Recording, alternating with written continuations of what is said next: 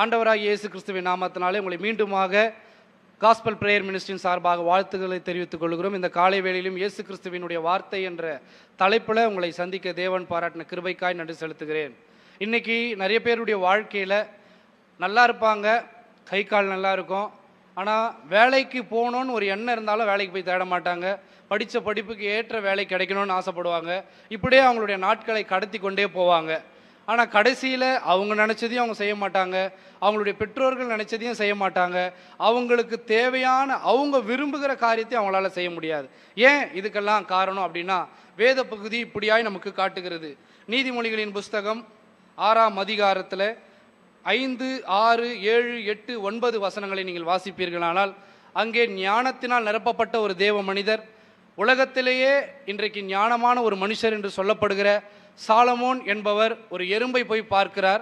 அந்த எறும்பை போய் பார்க்கும் பொழுது அதனுடைய சுறுசுறுப்பையும் அதனுடைய சேகரிப்பு தன்மையும் அதனுடைய தலைமைத்துவத்தையும் அவர் பார்க்கிறார். அவர் சொல்லுகிறார், சோம்பேறியே, நீ எதுவரைக்கும் தூங்கி கொண்டிருப்பாய், எவ்வளவு நேரம் படித்திருப்பாய், எப்பொழுது உன் தூக்கத்தை விட்டு எழுந்திருப்பாய் என்று சொல்லி மற்ற உழைக்காத ஜனங்களுக்கும் சோம்பேறித்துவத்தில் இருக்கிற ஜனங்களுக்கும் இப்படியாக சாலமோன் ஒரு அட்வைஸை கொடுக்கிறார். அது யாரை பார்த்து கொடுக்கிறார்?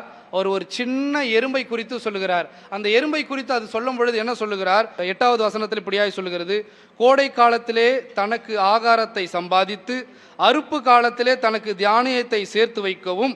7வது வசனத்தில் இப்படியாய் சொல்லுகிறது, அதற்கு பிரபுவும் தலைவனும் அதிகாரியும் இல்லாதிருந்தோம். நல்லா கவனிச்சுங்க, இன்னைக்கு நமக்கு ஒரு எஜமான்கள் இருந்தோம், நமக்கு ஒரு முன்னோடியான ஆட்கள் இருந்தோம், அவர்கள் சொல்லுகிறதையும் நம்ம கேட்காம இருக்கிறோம். ஆனால் இந்த எறும்புக்கு, சின்ன எறும்புக்கு ஒருவரும் பிரபுவாகவும் இல்லை, தலைவராகவும் இல்லை, ராஜாகவும் இல்லை.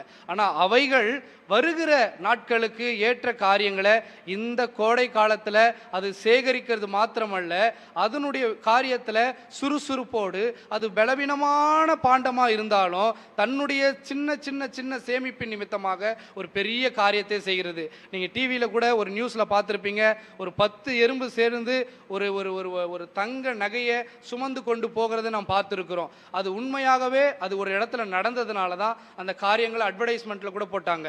அதுபோல் நம்முடைய வாழ்க்கையில் நம்ம இடத்துல இருக்கிற எல்லா துர்குணத்தையும் சோம்பேறித்தனத்தையும் நிர்விசாரணத்தையும் எடுத்து போட்டோமானால் நம்முடைய வாழ்க்கையில் நமக்கு என்ன இலக்கு வைத்திருக்கிறதோ அந்த இலக்கை அடைவதற்கு சுறுசுறுப்பாக இருக்க வேண்டும் என்று இந்த வேத பகுதி நமக்கு கற்றுத்தருகிறது.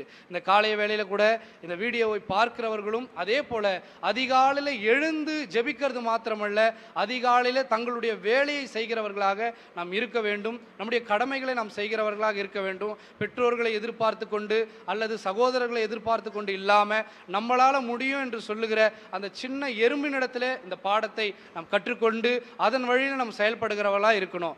ஏனென்றால் இந்த காலகட்டத்தில் சோம்பேறித்தனத்தினால் அநேகர் இரவெல்லாம் முழித்திருக்கிறதும் பகலெல்லாம் தூங்குறதுமான காரியங்களை நாம் பார்த்து கொண்டிருக்கிறோம். ஆகவே அதிகாலையில் எழுந்து எல்லா காரியங்களையும் செய்வதற்கு இந்த வேத பகுதி நமக்கு தந்திருக்கும் என்று சொல்லி நான் விசுவாசிக்கிறேன். இந்த நாளிலும் ஆண்டவர் நமக்கு இப்படிப்பட்ட காரியத்தினால் நடத்தும்படியாக நம் கண்களை மூடி நாம் ஜெபிக்கலாம்.